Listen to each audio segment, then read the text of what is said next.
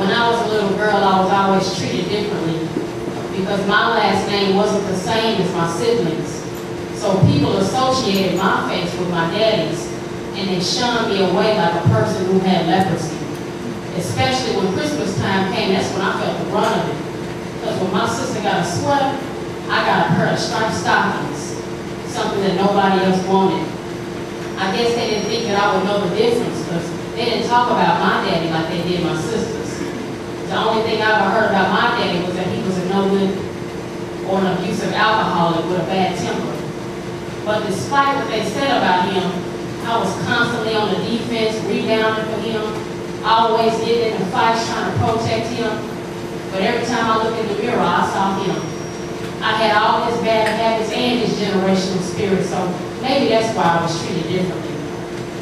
But despite the obvious resemblance, my experience of being his daughter took a toll on my self-image. Never mind what God said or even how he saw me, I was still struggling from the mental abuse of looking just like my daddy, feeling hated and disgusted, like I couldn't be loved or trusted, like I wasn't a child of God or even a planned birth. So I didn't participate in family activities because I remember how they treated me and what they said about my daddy. And they can't understand why I'm still bitter because they tried to destroy my perception of who my daddy is. But no matter how they saw him, that wasn't how I saw him. I was a daddy's girl and nobody could take me from him. I love my daddy more than life itself. He taught me to be independent, never settle for less.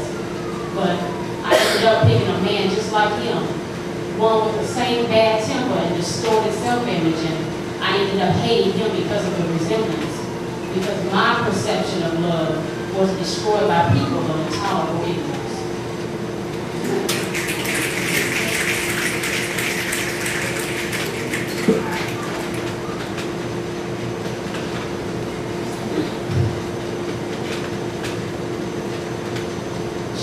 She was pregnant, broken-hearted, and frustrated, with no sense of direction because her baby daddy just left her. She didn't have no place to stay or no transportation. She didn't have no firm foundation or no money in her savings. He showered her with gifts and promised to never leave or forsake her. He promised to be her provider and pick up where the last brother left her. She was solely dependent on him, and that's exactly where he wanted her. She needed him for food, clothing, and shelter. He abused both her physical and mental, and she finally worked up the courage to leave him.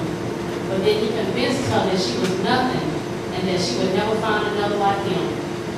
And like a dog going back to his vomit, she went back to the same old drama, same situations and same broken promises. She ate whatever lies he fed her and laid on her back whenever he made her. She waited on him hand and foot, and whatever self-esteem she had left, he took it. She served him breakfast in bed and gave him medicine when he was sick. She stayed faithful from the beginning, even when he slept with other women. See, she understood how to submit, but misinterpreted what God meant.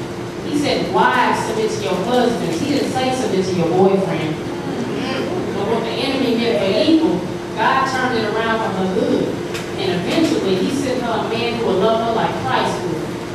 See, God honored the seeds of faithfulness that she sowed to the unfaithful, and even taught her how to love the evil and the ungrateful. So don't be discouraged if your life ain't where you want it to be, because God will pay you back double for your shame and your loyalty.